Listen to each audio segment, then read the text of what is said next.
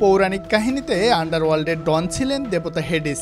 যুদ্ধক্ষেত্রে বা যে কোনো স্থানে বোমা নিষ্ক্রিয়করণে আন্ডারওয়ার্ল্ডের ডনের ভূমিকায় অবতীর্ণ হবে এমনই এক রোবট তৈরি করেছে রাজশাহী প্রকৌশল ও প্রযুক্তি বিশ্ববিদ্যালয়ের মেকাট্রনিক্স বিভাগের একদল শিক্ষার্থী। শিক্ষার্থীরা রোবটটির নাম দিয়েছেন হেডিস X03। হেডিসের সঙ্গে 03 নামকরণের কারণ রোবটটি তৈরির সময় 3 বার ব্যর্থ হয়েছিলেন তারা। এটি উঁচু নিচু রাস্তা, মাঠঘাট, কাদামাটি সহ যে কোনো পথ অনায়াসে পাড়ি দিতে পারবে। প্রায় 3 কেজির বেশি ওজন উত্তোলন ও বহনে সক্ষম। আছে তারহীন ক্যামেরা ও মাইক্রোফোন। এর মাধ্যমে 1 কিলোমিটার দূর থেকে বোমা নিষ্ক্রিয় করা যাবে। নির্মাতাদের ভাষ্য, নাইট ভিশন মোড ও শক্তিশালী হেডলাইট থাকায় রোবটটি দিনের মতো রাতেও সমান কার্যকর। ইতিমধ্যে যা বাংলাদেশ সেনাবাহিনীর বহরে যুক্ত হয়েছে।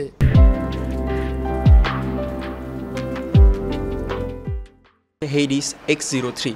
তো হেইডিস হচ্ছে গ্রিক মিথোলজির আন্ডারওয়ার্ল্ডের গডের নাম আর কি। তো এটা আসলে আমরা খুব সার্কাস্টিকভাবে নিয়েছিলাম নামটা, যে যারা হচ্ছে এই বোমটম বানায়, বোমটম যারা মানুষকে ক্ষতি করতে চায় তারা তো আন্ডারওয়ার্ল্ডের মানুষ, আর আন্ডারওয়ার্ল্ডের মানুষদেরকে ভয় দেখানোর জন্যই আসলে এই যে আন্ডারওয়ার্ল্ডের গড এই যে তোমাদের জন্য চলে আসছে, এটা এই জন্য আমরা হেইডিস নামটা দিছি। আর X03 হচ্ছে ট্রায়াল নাম্বার। আমরা 3 বার ট্রায়ালের পর এটা সফল হয়েছি।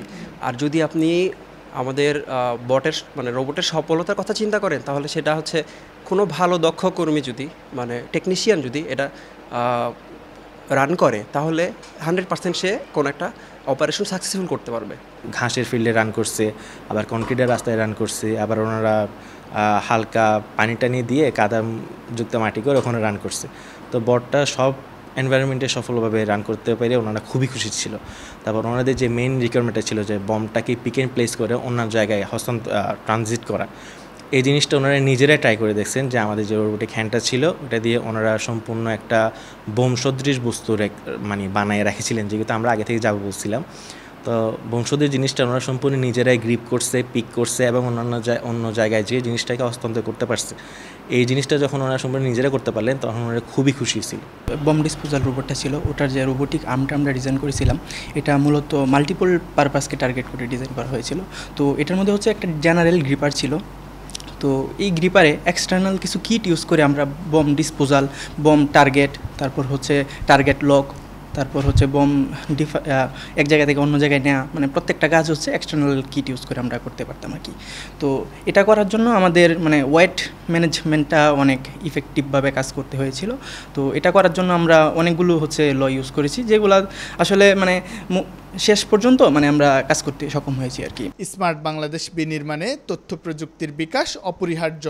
গবেষণা ক্ষেত্র ও উদ্ভাবনী কাজে সরকার বাজেট বাড়ালে শিক্ষার্থীরা আরও চমকপ্রদ কাজ উপহার দিতে পারবে বলে বিশ্বাস রুয়েট শিক্ষকদের। যে বম ডিসপোজাল রোবটটা বানিয়েছে এটার অবশ্যই বাজেট অনেক কম ছিল। আমরা স্টুডেন্টরা নিজের পকেট থেকে কিছু টাকা খরচ করেছে বা একেবারে ডাস্ট থেকে একবার র কিছু জিনিস তারা নিজেরা তৈরি করে বানিয়েছে। মেকাট্রনিক্স ইঞ্জিনিয়ারিং ডিপার্টমেন্টের যে উদ্যোগ নিয়েছে যে ছাত্রছাত্রীদেরকে হাতে কলমে শিখাইবার জন্য যে উদ্যোগ, তার ফলশ্রুতিতে তারা এখন বাইরে কাজ করতেছে ছাত্রছাত্রীগুলো। যেমন যে সেনাবাহিনীর যে বোম ডিসপোজাল এবং আইডেন্টিফিকেশন যে প্রজেক্টটা তারা সাকসেসফুলি করছে, আমি বিশ্ববিদ্যালয়ের তরফ থেকে তাদেরকে ধন্যবাদ জানাচ্ছি।